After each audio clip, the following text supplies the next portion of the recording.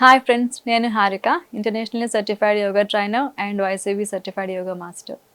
ఈరోజు మనం ఉద్గీత్ ప్రాణాయామం గురించి తెలుసుకుందాం. ఈ ప్రాణాయామం ఎవరు చేయకూడదంటే వర్టిగో సమస్య ఉన్నవాళ్ళు, హార్ట్ ప్రాబ్లమ్స్ ఉన్నవాళ్ళు, అలాగే కిడ్నీకి సంబంధించిన సమస్యలు ఉన్నవాళ్ళు ఈ ప్రాణాయామం చేయకూడదు.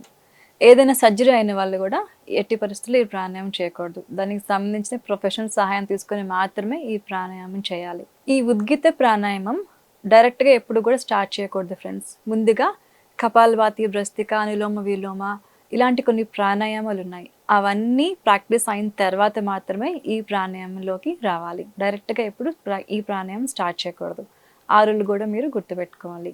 ఉద్గీత ప్రాణాయామం యొక్క ప్రత్యేకత ఏంటంటే ఇది నిదానంగా శ్వాస తీసుకుంటాం, ముక్కు ద్వారా శ్వాస తీసుకుంటాం. అలాగే ఓంకారం కూడా చేస్తాం ఫ్రెండ్స్. ఓంకారం అవుతుంది, అలాగే శ్వాస తీసుకోవటం వదలటం కూడా అవుతుంది. ఈ ప్రాణాయామం యొక్క ప్రత్యేకత అది. ఈ ప్రాణాయామం చేస్తున్నప్పుడు ఖచ్చితంగా మన దృష్టి మొత్తం శ్వాస మీదే ఉండాలి, అలాగే ఓంకారం మీద కూడా ఉండాలి. శ్వాస తీసుకోవడం, ఓంకారం చేయటం ఇదంతా కూడా ఒకదాని తర్వాత ఒకటి జరుగుతూ ఉంటుంది. కాబట్టి మనకి శ్వాస తీసుకోవటం వదలటం అనే ప్రక్రియ చక్కగా అలవాటు అవ్వాలి. అలా అలవాటు అవ్వాలంటే దీనికి ముందు కొన్ని రకాల ప్రాణాయామాలు చేసిన తర్వాత మాత్రమే ఈ ప్రాణాయామం చేయగలగాలి. అప్పుడే ఈ ప్రాణాయామం పర్ఫెక్ట్గా చేయగలుగుతాం. అలాగే ఓంకారం కూడా ప్రాక్టీస్ చేయండి. ఓంకారం కూడా ప్రాక్టీస్ అయిన తర్వాతే మనం ఈ ప్రాణాయామం చేయటం చాలా సులువుగా ఉంటుంది. కాబట్టి ఈ రూల్స్ గుర్తుపెట్టుకోండి. ఇప్పుడు మనం ఉద్గీత ప్రాణాయామం యొక్క విధానం తెలుసుకుందాం. ఇప్పుడు విధానం ముందుగా ఇలాగా చేతులు చినుముద్రలో పెట్టుకొని కూర్చోవాలి. తల మెడ చక్కగా స్ట్రైట్గా ఉంచాలి. భుజాలు నిదానంగా ఈజీగా ఉంచాలి. ముందుగా మనం శ్వాస తీసుకోవటం వదలటం జస్ట్ నార్మల్గా చేద్దాము. ఒక 3 సార్లు చక్కగా శ్వాస తీసుకోవాలి, వదలాలి. ఒక 3 సార్లు.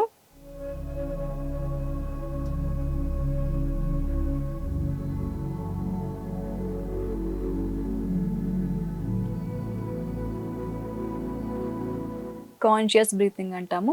ఇలా చేయటం వల్ల మనం శ్వాస మీదే ధ్యాస పెట్టగలుగుతాం. ఇప్పుడు మనం ఉద్గీత ప్రాణాయామం చేయటం చూద్దాం. ముందుగా ముక్కు ద్వారా నిదానంగా శ్వాస తీసుకోవాలి. శ్వాస వదులుతూ మనం ఓంకారం చేయాలి ఫ్రెండ్స్.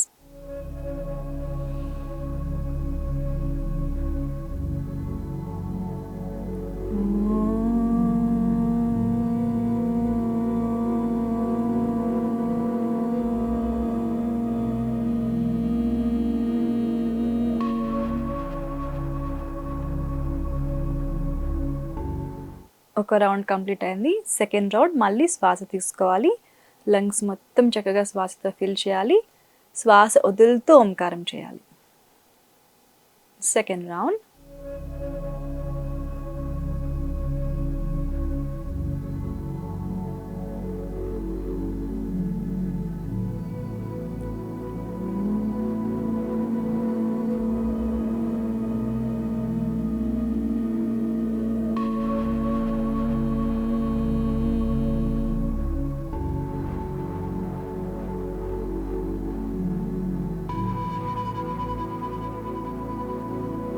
Third round.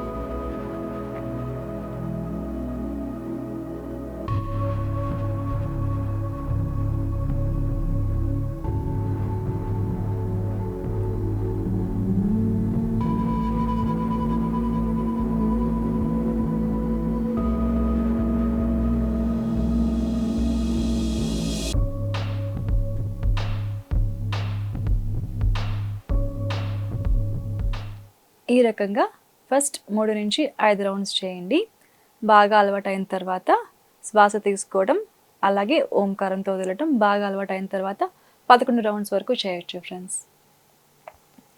ఈ ప్రాణాయామం చేస్తున్నప్పుడు ఖచ్చితంగా మనం శ్వాస తీసుకోవడం, లంగ్స్ మొత్తం ఫిల్ చేయటం, ఓంకారం చేస్తూ శ్వాస వదలటం ఈ రూల్ అనేది గుర్తుపెట్టుకోవాలి. ఉద్గీత ప్రాణాయామం యొక్క ఉపయోగాలు. ఈ ప్రాణాయామం జీర్ణ వ్యవస్థకి చాలా చక్కగా ఉపయోగపడుతుంది ఫ్రెండ్స్. కిడ్నీస్కి చాలా మంచి జరుగుతుంది.